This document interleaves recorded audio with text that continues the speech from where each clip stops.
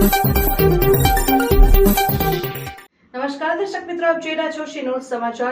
મળતી માહિતી અનુસાર છોટાઉદેપુર જિલ્લાના બોડેલી પાસેથી પસાર થતી વણિયા અંતરે નર્મદા કેનાલમાં બોડેલીના બે પ્રેમી પંખીડાઓએ 2 દિવસ અગાઉ મોતની છલાંગ લગાવી હતી। આ દરમિયાન ત્યાંથી પસાર થતા રાહદારીઓએ દોરડા વડે કેનાલમાં ડૂબી રહેલા બંને પ્રેમી પંખીડાઓને બચાવવાની કામગીરી હાથ ધરી હતી, જેમાં વિશાલ બારિયાને બચાવી લેવામાં સફળતા મળી હતી, જ્યારે અસ્મિતા નાયક કેનાલના વહેતા પાણીમાં ગરકાવ થઈને લાપતા થઈ જતા શોધખોળ હાથ ધરવામાં આવી હતી।